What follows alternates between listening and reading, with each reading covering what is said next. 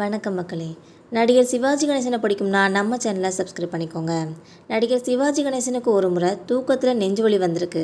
அந்த நேரத்தில் அவங்க அன்னை இல்லத்தில் இருந்திருக்காங்க. அங்கே என்ன நடந்ததுன்னு இந்த வீடியோவில் பார்க்கலாம் வாங்க. பராசக்தி திரைப்படத்தின் மூலமாக தான் தமிழ் சினிமாவில் ஒரு நாயகனாக நடித்து பின்னாடி நடிகர் திலகமாக மாறியவர் தான் நடிகர் சிவாஜி கணேசன் அவர்கள். நடிப்பிற்கு இலக்கணமானவர்னே சொல்லலாம்.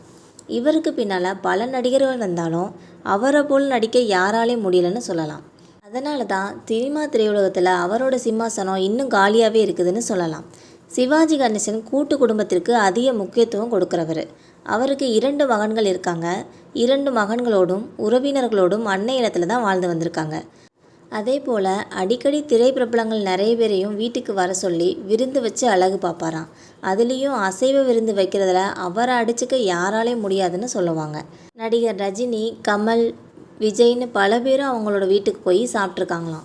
சிவாஜிக்கு வயசாகி உடல்நலக்குறைவு ஏற்பட்டதுக்கப்புறமா சினிமாவில் அவர் நடிக்கிறத அவரோட மகன்கள் பிரபு மற்றும் ராம்குமாரை விரும்பவில்லை.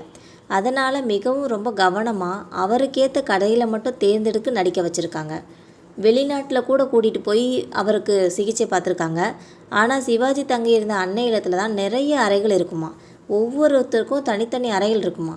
அப்போ ஒரு முறை சிவாஜி தூங்கிக்கிட்டு இருந்தப்போ அவருக்கு நெஞ்சு வலி வந்திருக்கு.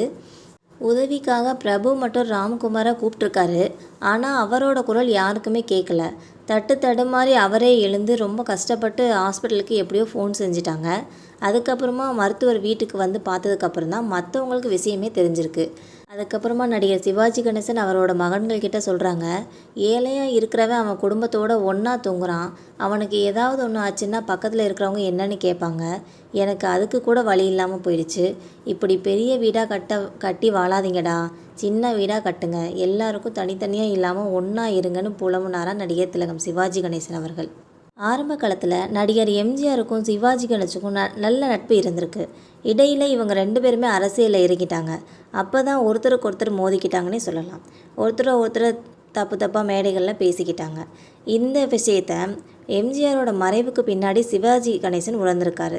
இந்த மாதிரி ஒரு விஷயம் எங்களுக்குள்ளே நடந்திருக்க தேவையில்லை, அதுக்காக நான் ரொம்ப வருந்துறேன்னு சிவாஜி கணேசன் ஒரு பேட்டியில் சொல்லியும் இருக்காங்க.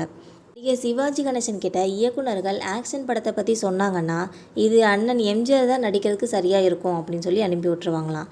அதே மாதிரி எம்ஜிஆர் அவர்களும் குடும்ப பாங்கான சென்டிமெண்ட்டான கதைகளை சொல்லியிருந்தாங்கன்னா இதுக்கு தம்பி கணேசன் தான் சரியாக இருக்கும்னு சொல்லி அனுப்பிவிடுவாங்களாம். அந்த அளவுக்கு 2 பேரும் நட்பாக இருந்தவங்க தானா. உங்களுக்கும் நடிகர் திலகம் சிவாஜி கணேசனையும் எம்ஜிஆரையும் பிடிக்கும்னா நம்ம சேனலை மறக்காமல் சப்ஸ்கிரைப் பண்ணி பெல் ஐக்கானை கிளிக் பண்ணிக்காங்க. அப்போ தான் இது போன்ற டெய்லி வீடியோஸ் உங்களுக்கு உடனுக்குடன் வந்து சேரும். தேங்க்யூ.